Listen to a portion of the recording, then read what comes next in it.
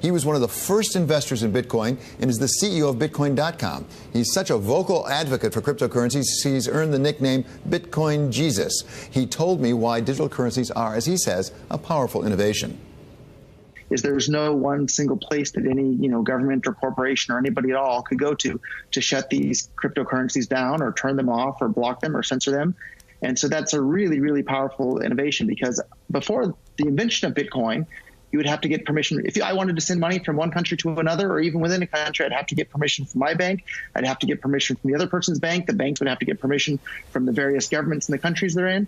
Now, thanks to the invention of Bitcoin, anyone, anywhere in the world can send and receive any amount of money with anyone else instantly, basically for free. And there's absolutely nothing anyone can do to block those payments or freeze those payments or control it in any way. And that's a really, really powerful tool for all of humankind, and gives everybody more control over their own money, which I think is a great thing. No question it's powerful for just the reason you described, because it's outside of any government control. That's right.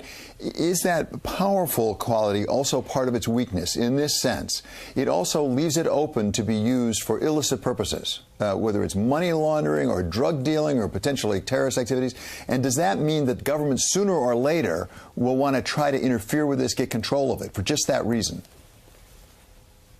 Well, I think there's two parts to that answer there. So number one, the currency that's used for the most drug dealing and the most terrorist financing and the most bad things around the world clearly is the U.S. dollar.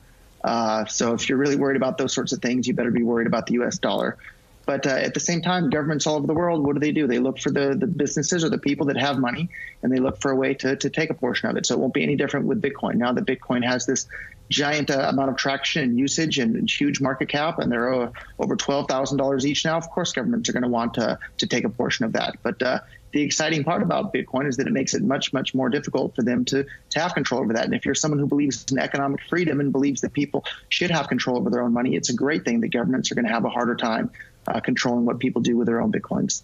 Roger, as you know well, we're about to have some government regulation, not of the cryptocurrencies themselves, but of futures trading in it. But just about to happen. We're on the cusp of it right now.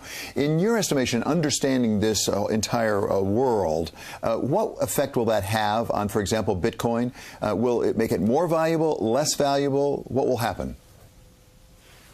So the more utility anything has, the more valuable it becomes. So this obviously makes Bitcoin more valuable, and it also will make it so the prices don't fluctuate as wildly as they have in the past, because people will be able to trade on these future markets, and that'll help dampen down the volatility. And if the volatility is dampened down a bit, it makes it even more useful in commerce. So it's this virtuous reinforcing cycle that makes it more and more useful. And the more useful it is, the more people will use it. And the more people that are using it, the more useful it becomes. So it's this fantastic circle. People who are not as familiar with cryptocurrencies tend to think of it as being Bitcoin. Of course, it's not just Bitcoin.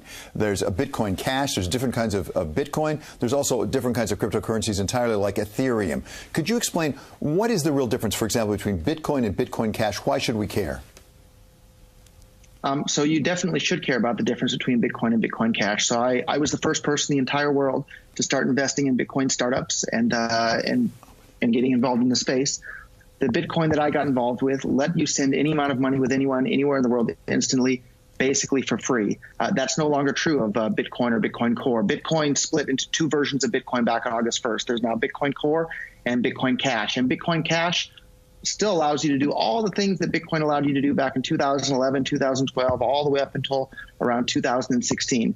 Bitcoin Core now costs about $5 every single time you want to use it, and the utility is really being undermined. So I've actually sold the majority of my Bitcoin Core coins recently and bought more Bitcoin Cash. And if you look at the price of each over the last several months, Bitcoin Cash has significantly outperformed Bitcoin Core. And if you look at the businesses around the world, they're scrambling to adopt Bitcoin Cash because it provides for a good user experience. So I'm really concerned with the markets right now. The price of Bitcoin Core is going crazy.